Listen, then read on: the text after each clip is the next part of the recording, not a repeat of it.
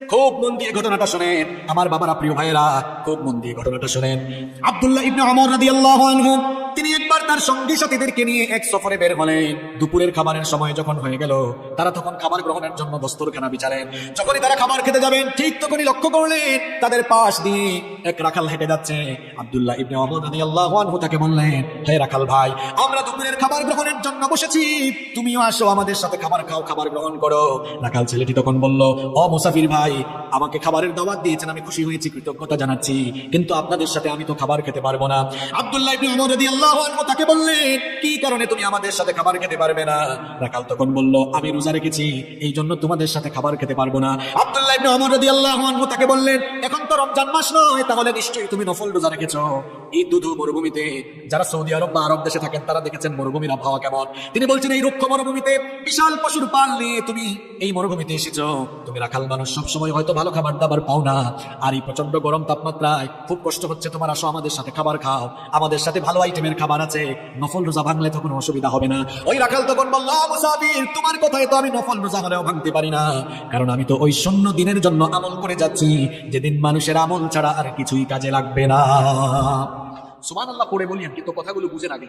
আব্দুল্লাহ ইবনে ওমর রাদিয়াল্লাহু আনহু মনে মনে ভাবলেন, লোকটার অন্তরে মনে হয় পরহেজগারিতা আছে। চিন্তা করলেন, এর এমনি এমনি ছাড়া যায় না, পরীক্ষা করে তারপরে তার ভিতরে কত পরহেজগারিতা আছে এটা দেখে তারপরে আজকে আমি তারে ছাড়বো। তিনি বললেন, ঠিক আছে, খাইও না, আমার কাছে আসো।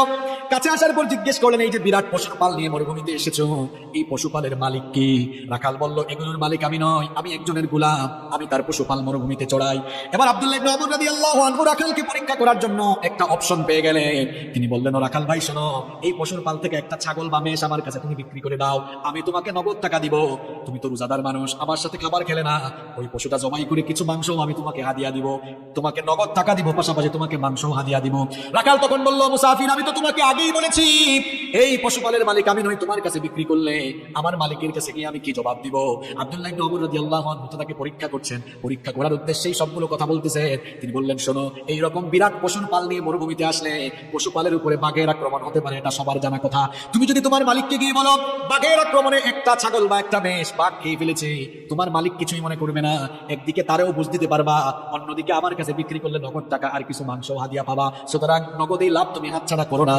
রাখাল, সে রাখাল এবং গরিব মানুষ হলেও জবাবটা কি দিল শুনে, সে তখন বলল, মুসাফির, কি বোকার মতো কথা বলছো তুমি, আমি হয়তো মিথ্যা বলে ধোঁকাবাজি করে আমার মালিককে গিয়ে যে কোনো কায়দায় আমি বুঝ দিয়ে ফেলতে পারবো, কিন্তু তোমার কাছে প্রশ্ন হচ্ছে, আইন আল্লাহ, আমার আল্লাহ কোথায়?